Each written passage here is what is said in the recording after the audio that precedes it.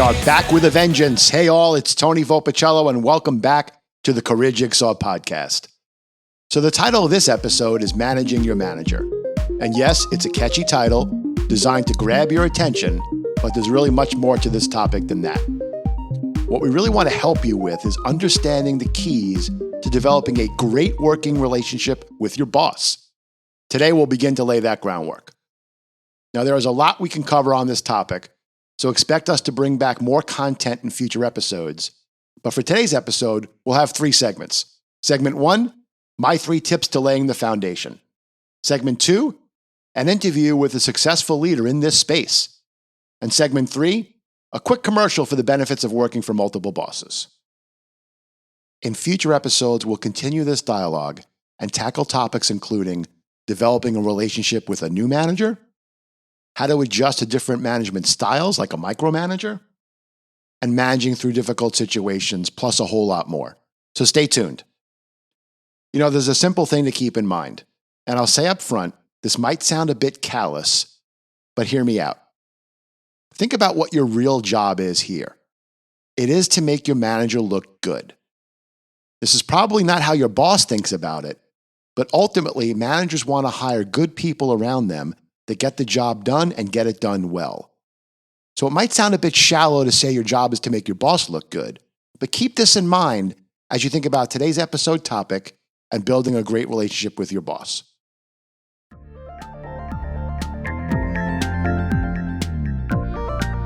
So let's talk about my 3 tips to laying the foundation for a good working relationship with your boss. These are in no particular order, just some things I've learned over time. These are table stakes, which really are the bare minimum foundation for building that relationship. So first one, don't ignore the human element of these relationships. This comes down to people working with people. So within reason, don't keep it all business. This includes having a personality, using your sense of humor, and sharing what you're comfortable sharing personally about yourself. Asking an occasional non-business question to your boss can really go a long way. And don't ignore common interests. These can build a bond. Second, proactive communication can go a long way. But obviously, don't go to an extreme either. The key word here is proactive. Now, this could mean bragging about a job well done, but it also means letting your boss know when you're behind plan or off plan on something, but you have a plan to correct. Most bosses would love to hear it from you rather than them having to ask you. Keeping your boss well informed and never blindsiding them is key. Now, this one is going to sound boring. This is the third one. But being reliable and being positive can really go a long way. This should go without saying, but reliability is an underrated skill. And this doesn't mean just showing up on time. It really means dependability, someone your boss can count on. Okay, let's get to segment 2, which is our main segment for today's episode. It's our guest interview. Our guest today I not only consider a great friend, former boss and teammate, but a master at building relationships. Honestly, as soon as I added this topic to the podcast, he was the first one I thought to interview. And it can be really unusual to find a leader who's good at developing a strong relationship with their employees, with their boss, with their boss's boss, and across the company. Now, I've known this retired leader for close to 25 years, and I am thrilled to have him join us today. All the way from Scituate, Massachusetts, Kevin Dolan. Hey, Kevin, welcome. And before we dive in, please share a little bit about yourself with our listeners. Hi, Tony. It's great to be here with you. Hi, everyone. Yeah, my career was about 41 years, all in the financial services industry, lots of different roles, some frontline, some back office, some control work, some strategy work. So I was really blessed with an opportunity to have a wide, varied, experienced career and got to work with some fantastic professionals, some fantastic folks that really set the pace for an industry going through tremendous amount of change in the 80s and the 90s and the early 2000s. So love to have a chat with you, Tony, and thanks again for inviting me. Well, thank you. We're lucky to have you. So I'm going to dive right in. As you know, today's topic for our episode is all about managing your manager, which really means developing a strong, healthy relationship with him or her. So let's just jump right in with the very first question. what advice do you have for our listeners that will help improve their employee-manager relationship? I think, Tony, first off, you said it right. It's about developing a relationship. I think if you go into the manager, employee, or associate relationship thinking, my goal here is to, manage my boss. That's not going to work well if you're not founded in having a very strong relationship. And I think the two key components of what defines a strong relationship is that, on the first part, do you understand very clearly what the objectives are for your manager? What are her or his objectives? What are they trying to get done beyond just the task at hand or the metrics? And the opposite of that is, does your manager understand what your objectives are? Yes, you want to move ahead. You want to earn the highest compensation you possibly can. You want to hit your goals. You want to be admired, whatever that is. How do you find a way that, despite it being assumed to be obvious, I have found in my 40-year career that it's often not obvious, that you do have to invest some time in making sure you understand their point of view and where, for lack of a better phrase, where they're coming from, as opposed to just being the top position in the hierarchy. And likewise, how do you invest in time with them, really helping them understand what you're looking to accomplish? I think that's really interesting. I think you're right. It's usually pretty clear what your boss expects of you and what their overall objectives are. I think where it gets fuzzy, and to your point where maybe you need to put more work in, it's not so obvious maybe what your objectives are, whether it be in the current role or your career, to figure out ways to make sure you and your boss are on the same page with that. So that's great advice. Let me jump to the next question. Many get stuck just reacting to their boss and not, what I might say, staying ahead of their boss. Any tips, advice on how to stay ahead of your boss? Yeah, I think it's a simple question of having the ability to have a dialogue about the body of work that you're together partnering on. Again, understanding your role and what the expectations are, but also having the ability to find opportunities to ask, so what's next, right? What you got to just come out and ask, not, what really is the objective here? No, it is understanding the current task at hand and getting it done, sort of like, do your job, but also having the ability and taking advantage of the opportunity when you're having discussions with your manager around what's next, not so much for you, but the body of work. Where does she see this, body of work evolving to? What potentially could this lead to? And I have found, when I started asking questions sort of like that, I got tremendous insight into, here I am thinking my piece of work was the most important thing on their plate.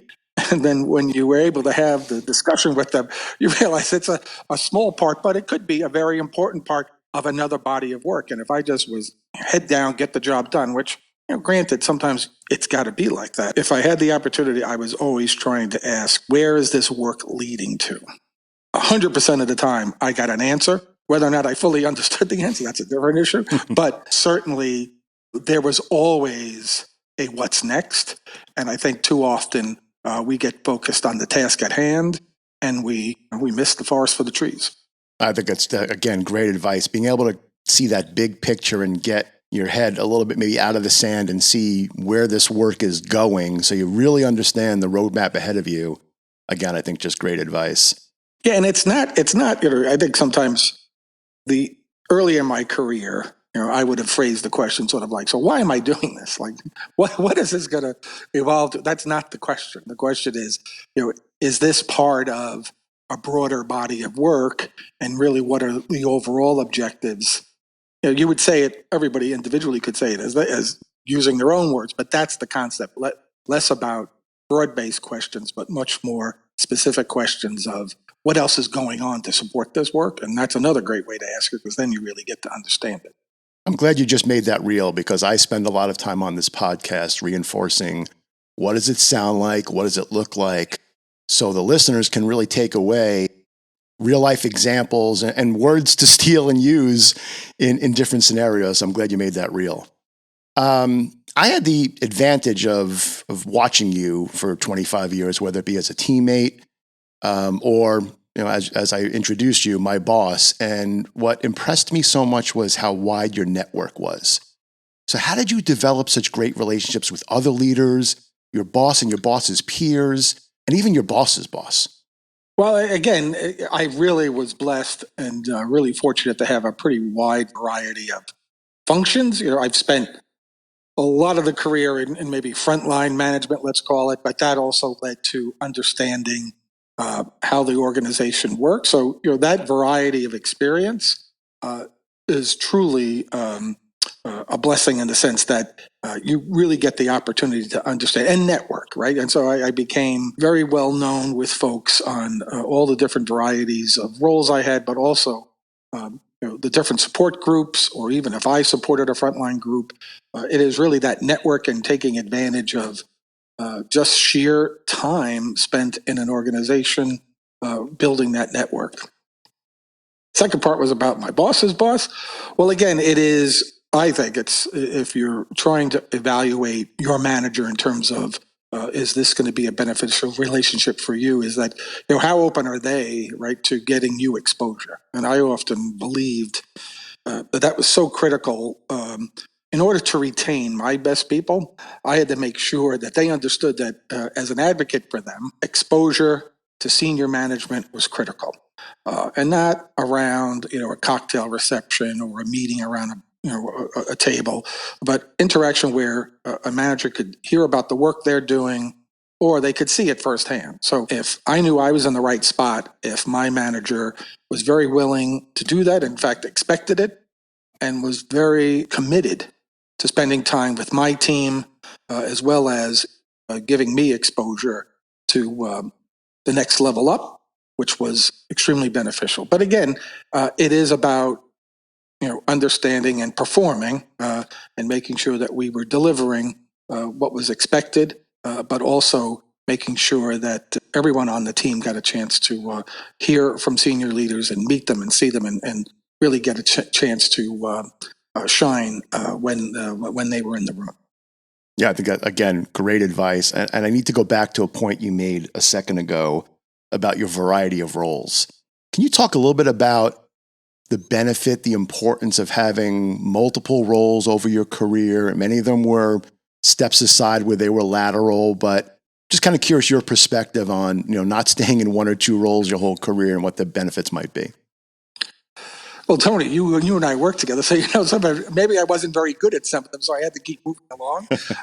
But no, seriously, I think it was being intellectually curious and understanding, how the company operated, and being able to perhaps, as you said, take a role that I thought had more upside potential than maybe it showed in the job description, or maybe it was a lateral move, or it wasn't always the flashy job that everyone wanted that really helped my career develop the skills. And it was sort of this patience of, hey, what am I going to learn from this specific role? Who am I working for? Obviously, really, really important.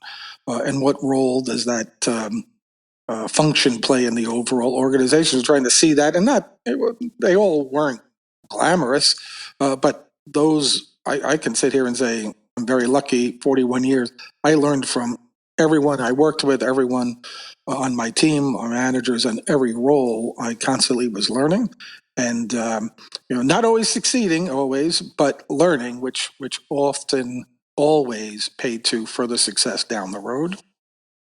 So again, just being willing to be open to roles that you may not have thought of was the next step in your journey, and being willing to listen to folks who had a lot more experience, but also understood what you were trying to do, and were very willing to take a risk on you. Yeah, I think that's absolutely spot on. And I love what you said about, I had two key takeaways there. First, being intellectually curious, and that leading to constantly learning. And I think that's a real, almost rhetorical question for everyone on today's podcast to ask yourselves is, am I in an environment where I'm constantly learning? And if not, is that your opportunity now to think about that lateral move or a move into a role where you are learning? Hey, I want to go back to our first 4 episodes. And just to recap for our listeners, we covered resumes, interviews, and a little bit of personal development so far. Any words of wisdom on these topics?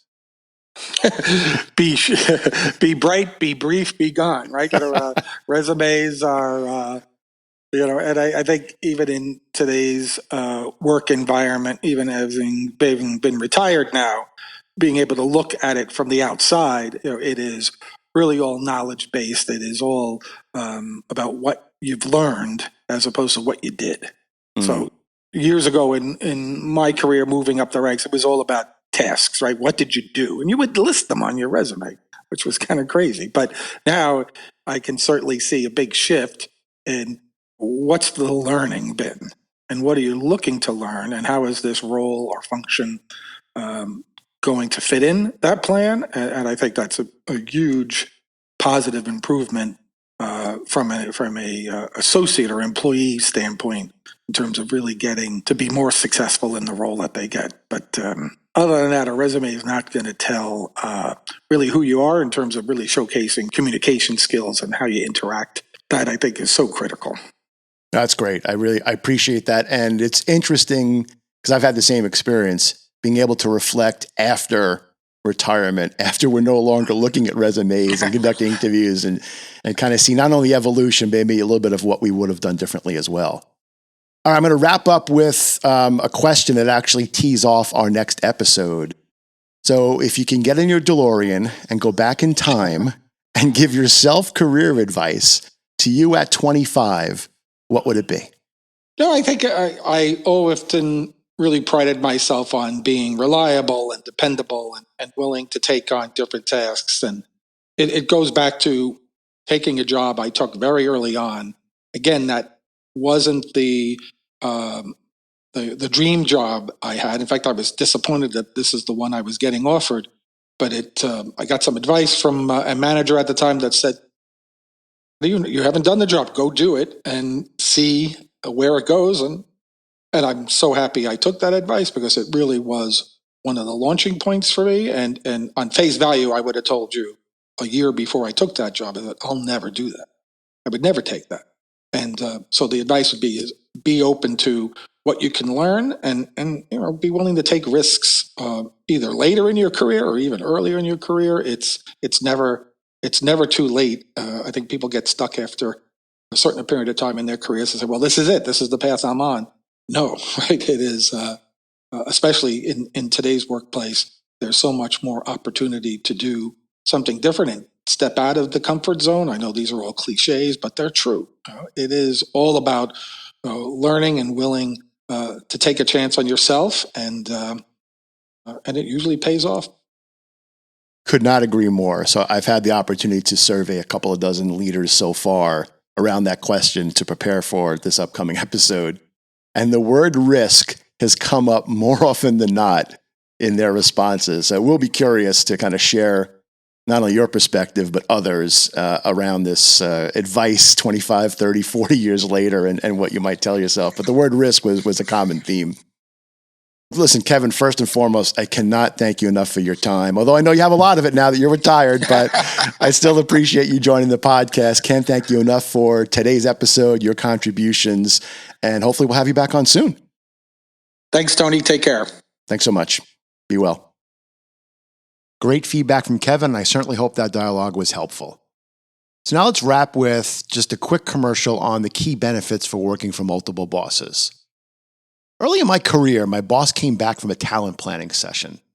Essentially, it was a day where him and his peers got together in a room and talked about all their direct reports and where their opportunities were, where their strengths were, etc. He came back with advice I wasn't expecting. He basically told me I'm great at what I do, but I'm a best kept secret. None of his peers really knew me, and they couldn't validate what he said about me. That was a reality check. It's like trying to have a good credit score. Having no credit is just as bad credit. So here are 2 things to think about. First, at a minimum, get other decision makers to know who you are. Be deliberate in getting on their calendars and developing a relationship. They could wind up being your next boss. And then second, when the opportunities present themselves, don't be reluctant to work for somebody else. Not only will you eventually have more people in your corner, you will have the opportunity to learn from different styles. To me, a win-win. And now on to our quote of the day. Always be a first-rate version of yourself instead of a second-rate version of somebody else. That comes to us from Judy Garland. Okay, now let's wrap with our Invest in You recommendations for the week. And we have two, both reading assignments. The first is a book called Radical Candor by Kim Scott. This book provides a framework for giving and receiving feedback, which is essential for building a positive relationship with your boss. And then the second are two Harvard Business Review articles. The first one titled, How to Build a Great Relationship with Your Boss, and the second one's titled, Managing Your Boss, both providing insights and actionable advice. Well, podcast people, that is a wrap. Thank you so much for listening in today. If you like what you heard, keep listening, follow us, etc. You know the drill. And also, check out our website at thecareerjigsaw.com. Again, thanks so much for tuning in, and more to come next week. Be safe, all. We got